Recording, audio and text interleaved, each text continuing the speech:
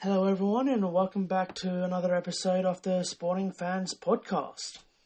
It's been a while since I've done a podcast, and there's not much to talk about. What am I talking about? Of course, there's plenty of to talk about. That's why I'm doing a podcast today. And today I'll be speaking about a couple of big stories happening around the NRL at the moment. The first will be the sacking of Kevin Proctor, and the second will be the pride jersey worn by Manly on Thursday night. As the expression goes, the NRL is a gift that keeps on giving, especially for people like me who do podcasts. And in the last week, it just proves that expression right. The Kevin Hart situation, this has been a weird story, hasn't it? So basically, for those that haven't heard the story or don't know a little bit but don't know everything, in short, he put up a story on social media of himself vaping in what is believed to be the changing rooms, or the toilets of the changing rooms during the Titans game against the Bulldogs last week. The problem is that, as most people will know, you're not allowed to vape or smoke inside the stadium, especially during games, and that includes in the toilets and changing rooms. And of course, Kevin Proctor did that. Proctor wasn't playing the game. He was 19th man, but he was travelling with the squad. And it's believed the story was taken during halftime, when the Titans were getting beaten quite comfortably. Personally, I think it was kind of harsh to sack him. I get the fact that what he did was illegal, but it's not like he was harming anyone other than himself. And there's been players that have done much worse that haven't been sacked. Smoking and vaping in a ground is usually only a finable offence and gets you kicked out of the stadium. It's not like he's punched a fan or done something ridiculously stupid. There's a lot worse things to be sacked over. I think there are a lot worse things out there. And personally, I think it really should have only been a fine. I think the fact the club fined him $15,000 and sacked him seems a bit excessive. More than like I said, there's been guys that have committed assault and stuff, and they always seem to get new contracts and that. So I think I'm not sure if this was the Titans trying to send a message. Don't get me wrong, I understand why they fined him.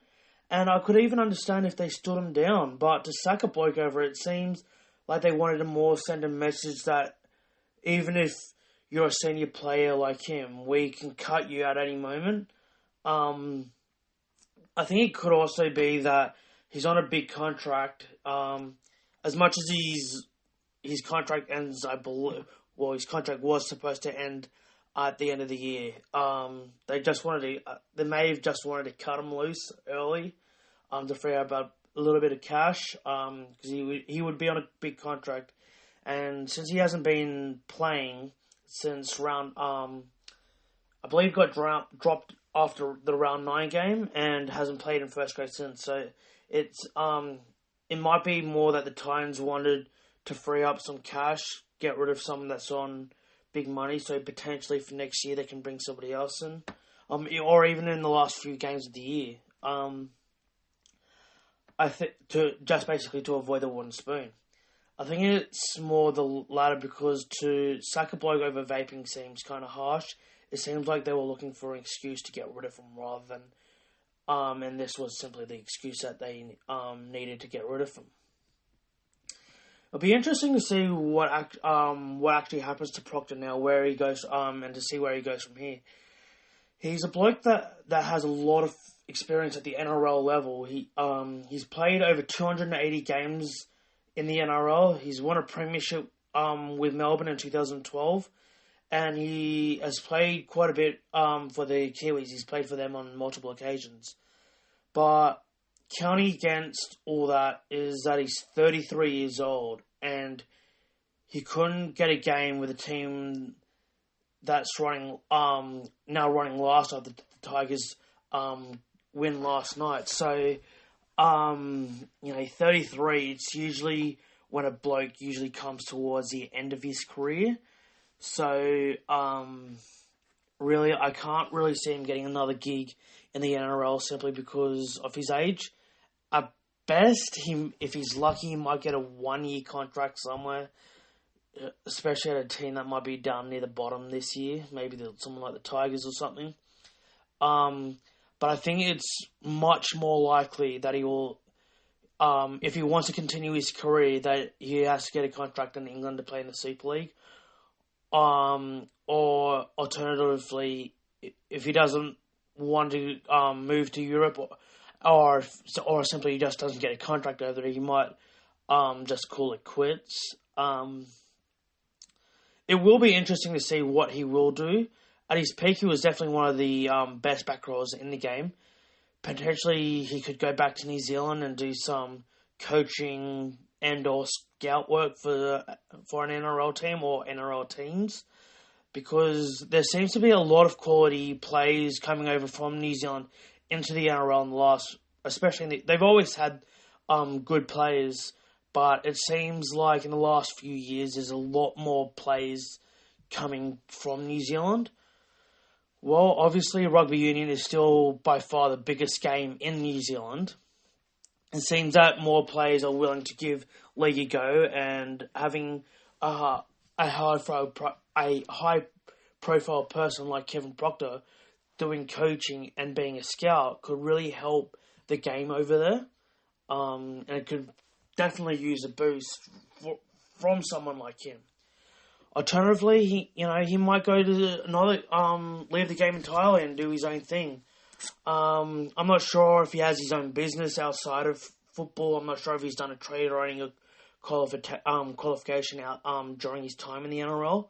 But I think he will be successful in whatever he wants to do, because he's got that name attached to him, and he's been so successful. I reckon any business that has him, I almost guarantee that he'll be an asset to any company that is willing to take a chance on him, provided that he doesn't have his own business. And talking about names, how about the 7 blokes from Manly who decided not to play against the Roosters on Thursday night because of the Pride jersey? To put it nicely as I can, it has really turned into a complete shit show. To be honest, there's no other way to put it. It really has been a complete shit show. We've all heard the story by now. Manly decided to wear a Pride jersey. Many people, including celebrities such as Hugh Jackman, got right behind the jersey, saying how great of an idea it was. However, 7 players said it goes against their religion, and therefore they are just simply not going to wear the jersey. They tried to do a compromise where they said that they would wear the normal maroon and white jersey, and from what I can gather, the NRL said that all players have to wear the same jersey, so the 7 players decided that they weren't going to play. My opinion is that really both parties are in the wrong. And I know people are going to ask, well, how can you say both sides are wrong? People will say, oh, you're a fence sitter here. Pick a side. You're either for one side or you're for the other side. And I don't even think, you have to pick a side. Like, I think a lot of people believe that there is a certain amount of blame that goes on both sides here. And I'm going to explain it from my point of view why I think both parties are in the wrong. With Manly, they should have known that this was going to draw some kind of controversy, no matter what they did. Whether they probably didn't see the backlash coming from within the club, with the 7 players standing down. They would have known that there was going to be some kind of pushback from the general public. There's always going to be the supporters for it, and there's always going to be the detractors. They could have chosen a different jersey simply because they picked the women in league round to do this instead of doing it at another time of the year. And so basically what's happened is instead of the NRL promoting the round as a thank you and a celebration to all the women in the game, whether it be the female players, the administrators, the mums, the partners of the players, whatever the role women play in the game, the NRL wanted to celebrate them this round in all games and say thank you for what they do, which is a great idea. Like, don't get me wrong, that's what they're doing is such a great initiative that they've been doing for quite a number of years now. It's a great idea, but you know, Manly had done this in women league round. So now instead of that, the NRL has one team, Manly, who decided that instead of having a women league round where they can, you know, do this positive thing that they did, and really Manly could have had instead of having the maroon, they could have had a pink jersey and change it to pink, and there would have been basically no controversy. No one would have spoken about it. Manly decided to wear a pride jersey, which, by the way, is actually signed off by the NRL, which I'll get into later. And all anyone has talked about all week is the jersey. There's been basically no promotion of the women in league round. So it's taken away from the week and has turned into an absolute circus. And to make matters worse, instead of the CEO and chairman coming out and doing the press conference, explaining the situation, they sent their coach, Desi Hasler, and Captain Sherry Evans to explain the situation to the media and apologise. Like, seriously? What do you think? Like, whatever you think about those blokes, I know a lot of people don't like them, but the way they handled the situation was actually pretty good in my opinion. But it's not their job. Like, they shouldn't have to explain. Those two blokes shouldn't have had to explain this the club's decision. Desi Hasler's job is to select the best players available that week that Manly can select and put tactics in place so that Manly can win the game of footy. And Daly Sherry Evans' job is to execute the game plan. They didn't design the jersey. They don't get the sponsors. They don't do any of that. Their job is simply to get the team ready to play on the weekend. And now, instead, they were put in an awkward position due to someone else's, decision and their behaviour. Like I said, they handled it pretty well, but Manly as a whole shouldn't have put these two blokes in that situation. Management, decided to put these jerseys in. They decided on the design. They went through all the process with the NRL. They did all that, and then instead of having Daly Sherry Evans and Desi Hasler go out there, they should have gone out there and faced a bloody press. But instead, they're bloody gutless. There's no other way to put it. They are so freaking gutless. They sent a statement out and sent those two blokes out to the freaking walls to get savaged by the media. Like, it is an absolute joke that those two were put in that situation. Yes, those two blokes are on good money, but why should they be put in a situation where they basically had to be savage because of someone else's behaviour? Personally, I don't like Manly, but, and I'm not a big fan of Sherry Evans, but the thing is, it shouldn't have been Hasler's and Sherry Evans' job to go out and face the media. It was so wrong on so many levels. The other thing is, I will speak about this a little bit later on, but the management should have known that some players held beliefs that didn't agree with homosexuality and might cause a divide within the playing group. Sure, you can't have the players running the club. That's why you have the management there. But the thing is, the performance of the club is the reason why everyone is employed. No matter what club it is, it's the players that take the field is the reason why everyone is employed. And the better the club performs, the more money the club makes. If the team is divided, then the team won't perform anywhere near as well as what they could do if they were all going towards the same goal. And they'll end up, and potentially, they might not even make the finals now because, the Roosters have a far superior for and against a Manly. They needed that win because now the Roosters are 2 points ahead with a far superior for and against.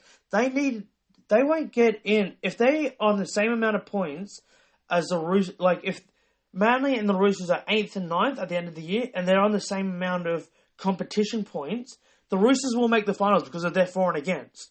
They needed to win that game on Thursday night, and they might miss the finals, which that could cause a whole bunch of problems. Like if you make the finals, you get prize money. If you just make the finals, you're guaranteed to get bigger crowd attendances, you're going to get bigger memberships, you're going to get bigger merchandise sales, and you're going to get more sponsorship. Just by playing, and you also get prize money. So just for playing one extra game, you get a lot more money than what you would by not making, finishing 8th and 9th is a huge, might not sound much, but there's a huge difference by making the finals. And, the whole situation could have been avoided just by having the jersey in pink instead of maroon. The media wouldn't have got, the whole thing no one would have really cared. If they had just consulted the players and said, what do you think? This is a potential, what we're going to do. Do you agree with it? If the players said, no, we don't like it, because I can guarantee you, there's probably a million different jersey designs that clubs go through every year. And they probably speak to a lot of people and ask them, what do you think? And this would have been a really long process. And if they just went to the players and said, do you like it? And the players said no, then this wouldn't have ever made the media. They wouldn't be in the situation that they were. So they've really handled this badly, Manly. They could have just, they could have just had a conversation, because this process would have started months ago.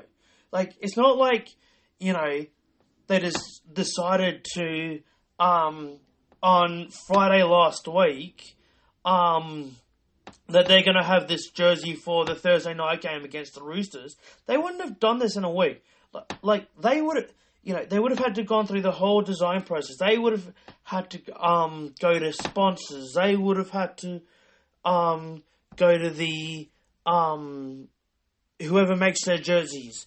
They would have had all these different people that they would have had to be brought in to say, do you like this? Do you like this?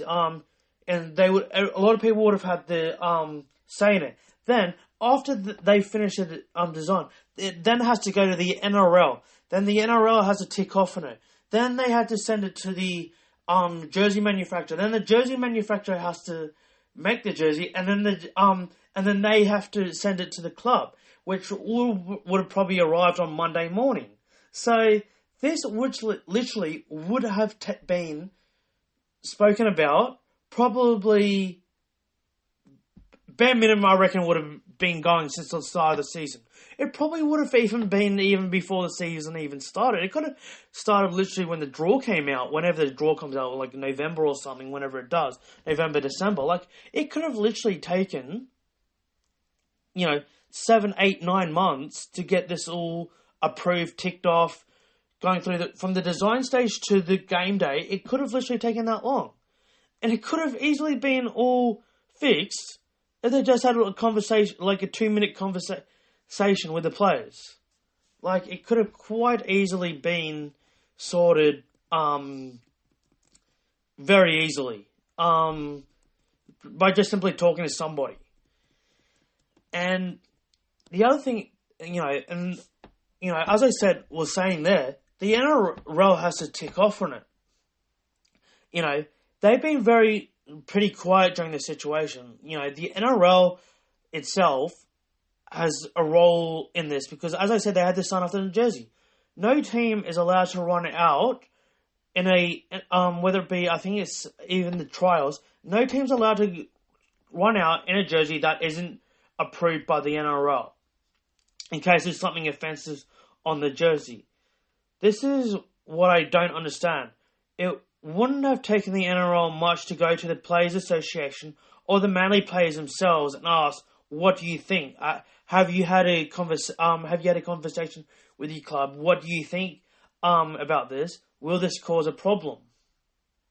Like, how did no one at the NRL think that this might not be an issue? Like, they should have all realized, someone at the NRL should have realized this might cause a problem.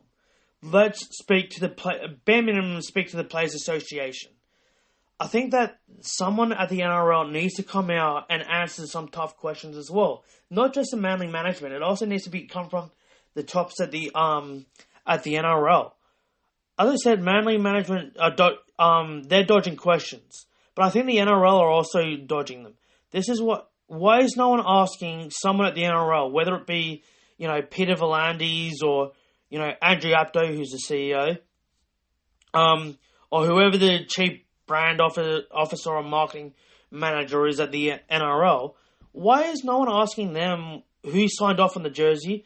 Did you go to the Players Association? Why did the jersey get worn in the Women League round? Like, quite frankly, that's the biggest question. It should why wasn't it allowed in another round instead of this round? These all questions need to be answered because it was clear that it was likely to cause some kind of controversy and take away what you're trying to promote. So the NRL has a vested interest in this, and it also has nothing to do with a limited league round.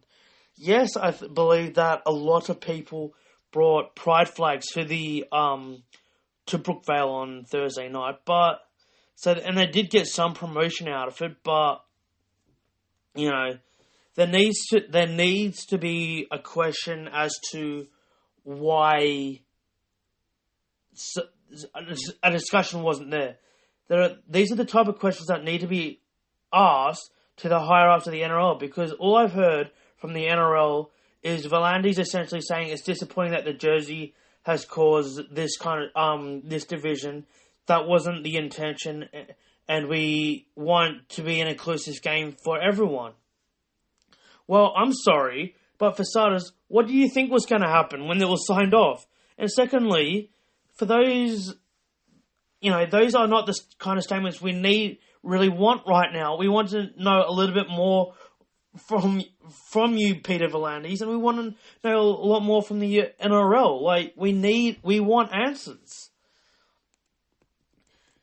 The other thing is that a lot of people are brought up on social media as well as talking about as well as talking with their mates, is that most people now are between fully supporting gay rights to I don't really care about the issue. If a person's gay, they're gay.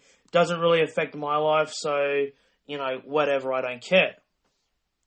That's why gay marriage got legalized a few years back in Australia, and because that's where people stand. They just either don't care or they fully support it. I believe that, my personal opinion is it doesn't affect me. If they're gay, they're gay. They should be treated like any other person. But a lot of people, and I include myself in this crowd, hate when organizations say you have to support a particular group, like a certain minority group. And if you don't, you're either a homophobe, racist, sexist, or insert a term here. People don't like that. Like, people don't like being saying, you have to support this. If you don't do it, you are a racist. And then a lot of people are going like, no, I'm not going to blanket. And I'm with this. I and a lot of people I know agree with this. It's just basically like, no, I'm not going to blanketly support, everything and anything.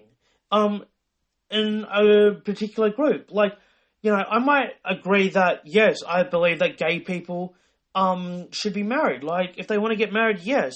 But I'm not going to... I believe that because I believe that. I don't believe it because some dickhead is bloody shoving it down my throat every bloody 30 seconds. And and I sure as fuck don't appreciate some idiot telling me you have to support, otherwise you're a homophobe. I'm not going to... Look, if you're going to do that to me, I'm going to go against everything you're going to say. Even if I agree with you, I don't like what you're saying. Because the thing is, I don't like being abused by someone. Like, I don't like, no one likes being told, you have to do this. When you're outside your outside your company, I don't like being told by another company that you have to support this. Because I don't, Like I said, I support gay rights, but the thing is, I don't like being it thrown in my face every 30 seconds. And I don't like having, other minority groups having their shit thrown in my face every 30 seconds as well. Like, I'll give you an example.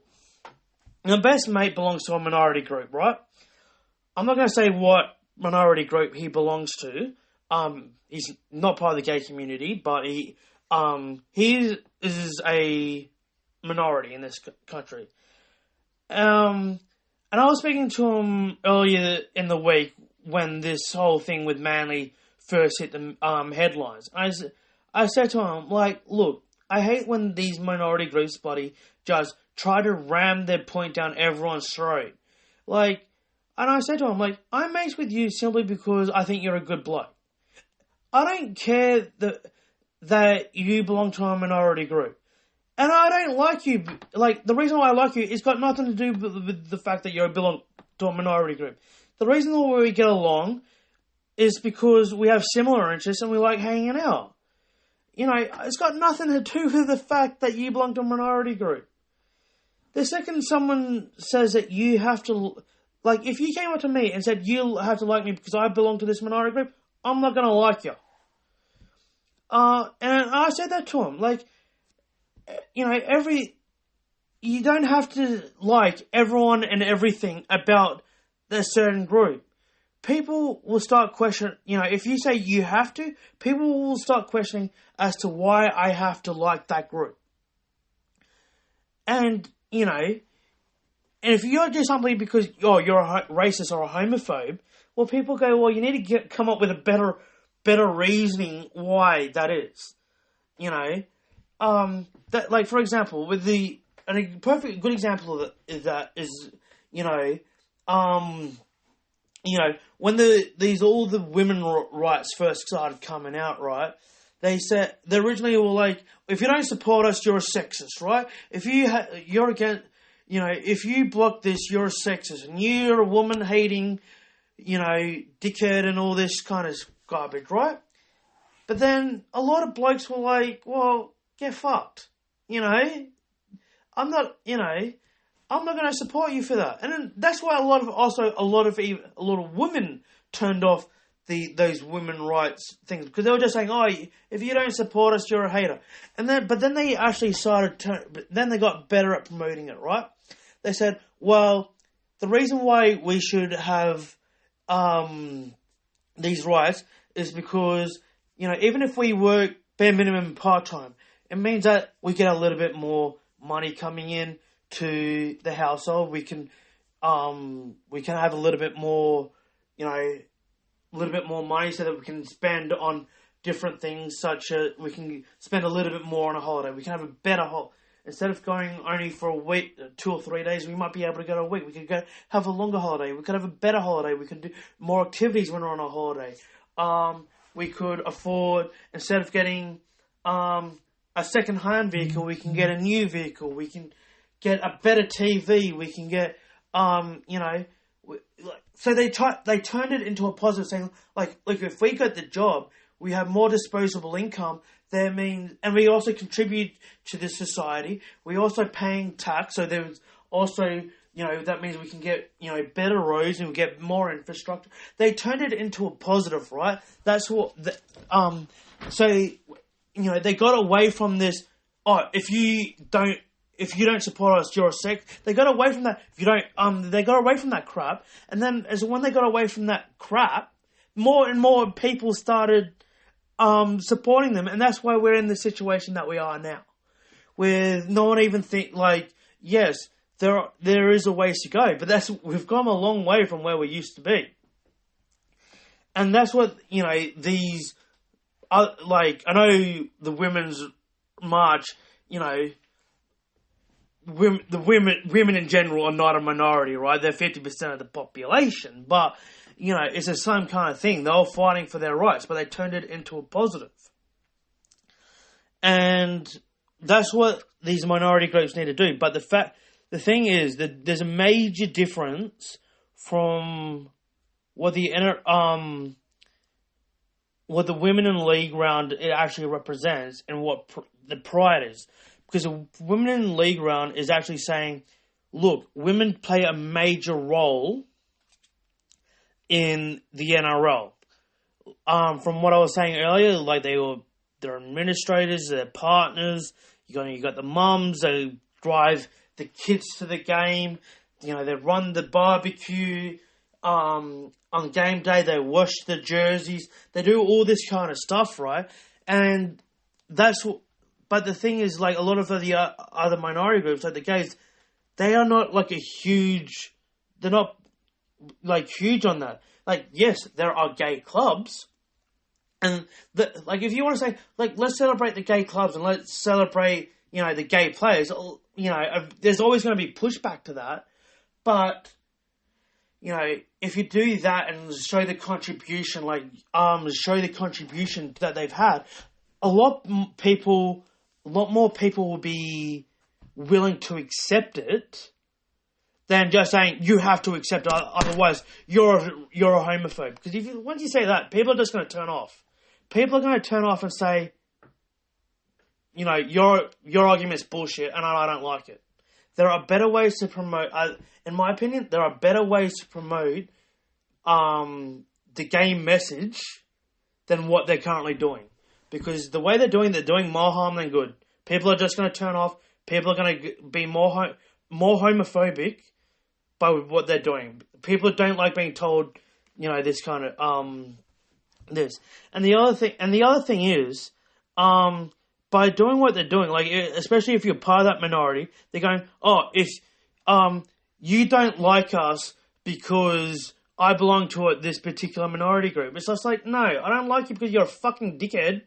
And you're hiding behind a minority group to justify your shit-ass behaviour. That's the thing. I know, I don't know many gay people, but I know a couple of gay people. And they don't act the way you do. They don't carry on the way you do. They're nice people. But you're just a fucking dickhead. You're hiding behind being a minority. And you're using it for bad behaviour. The bad behaviour is not because you belong to a minority group. And don't use it as a minority group because you're doing more harm than good. This is why I believe, judge the individual. Don't judge the person. Sorry, I take that back. Judge the individual, not the group. Because whether it be the straight or the gay population, there's always going to be good people. And there's going to be fucking arseholes amongst both. So, you have to judge the individual, not the group, in my opinion. As for the players themselves, fair income. Really? I know I just went on the saying about the overall how they should promote it. But really, these blokes need to grow the fuck up. Honestly, they can't even keep their story straight. They said originally that it was originally about the jersey and what it represents, and they're against, and it goes against their religion. Then, when people pointed out that they played at a ground that is sponsored by an alcohol company that contributes to drunkenness, which also goes against their religion, they quickly, and yet they're still happy to play at the ground. all of a sudden they change the story to, oh, well, we weren't consulted. But as we have now been spoken to, we will wear the jersey next year. Then people like, well, yeah, and your point is, like, your employees, and, you're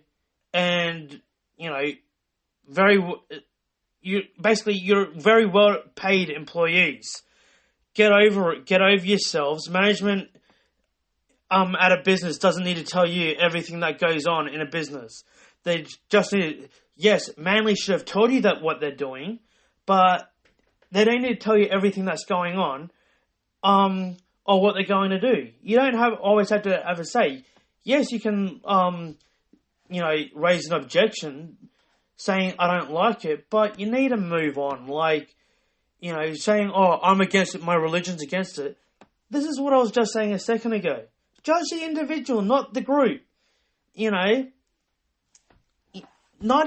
of gay people are perfectly good people. Yes, you're going to get... Yes, there are dickheads within the group, but there's a dickheads within every bloody group. Like, judge the individual. Just blanket saying, oh, we don't like homosexuality because, in my religion they say that homosexuality is a taught behaviour, so it can be untaught, and it should be... relationship should be simply because a man and a woman. Well, it's 2022. Grow up. Who cares if someone's gay? It's been proven time and time and time and time again that people are born that way. Maybe you should actually know your religion and actually say everyone is made in the image and likeness of God. So, and everything is God's plan. Well, if you actually believe in your religion, that means that God made people homosexual. So, if you actually knew your religion, you would actually know that.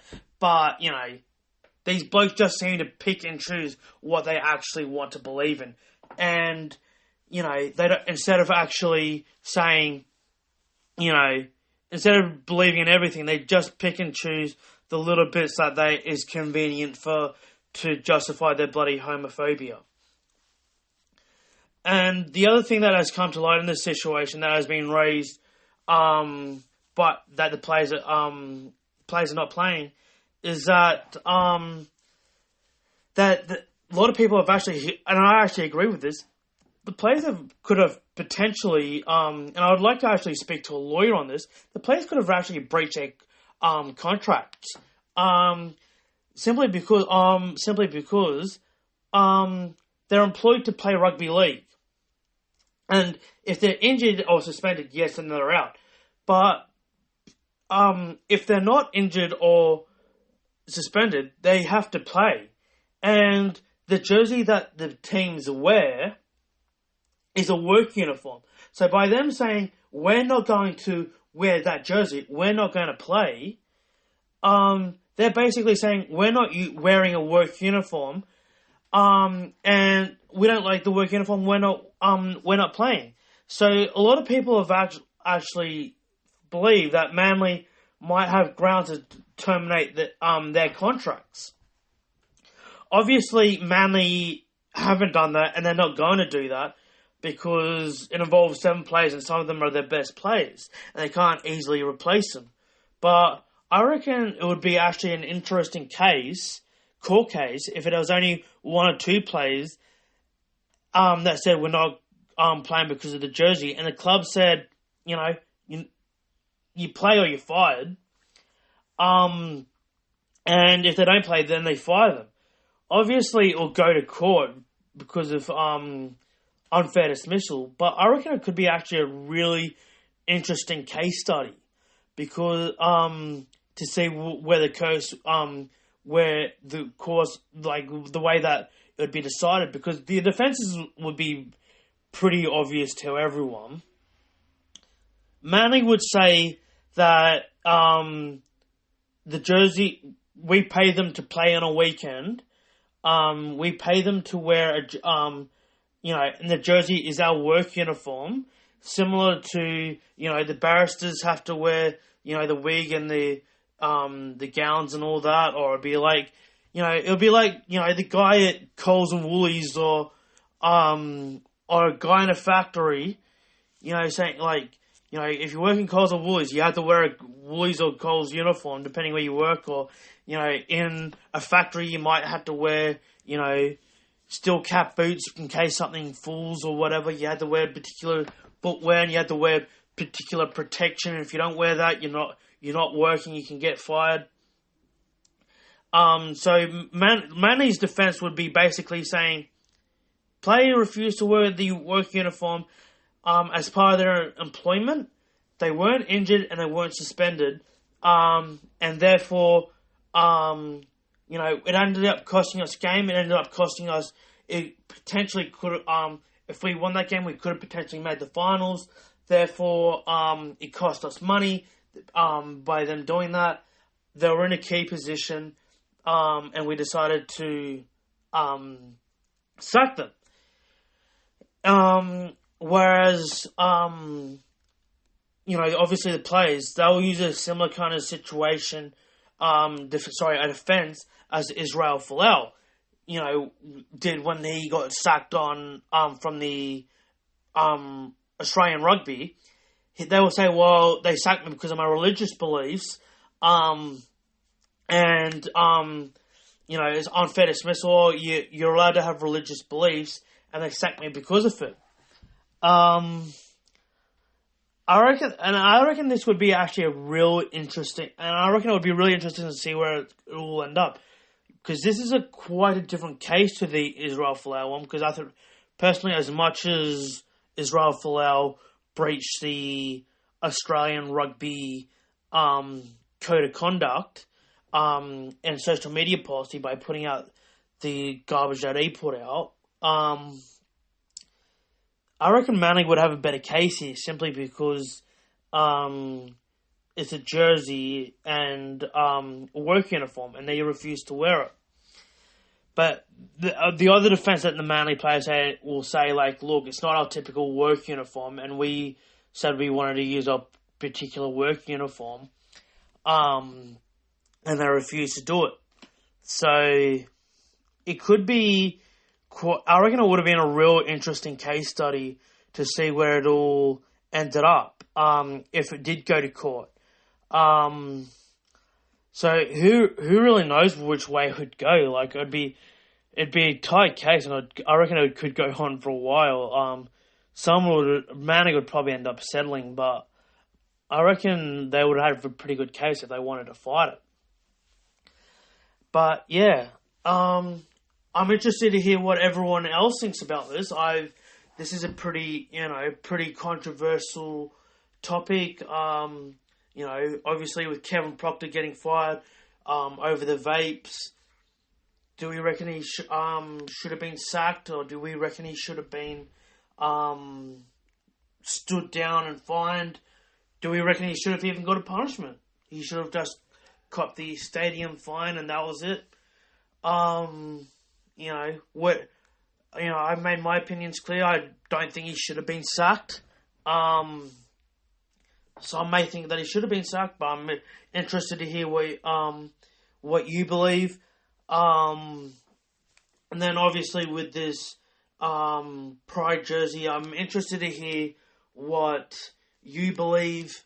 I want to hear the feedback, because it is a divisive topic. A lot of people have wide-ranging views on this, so I don't believe there's a right or a wrong.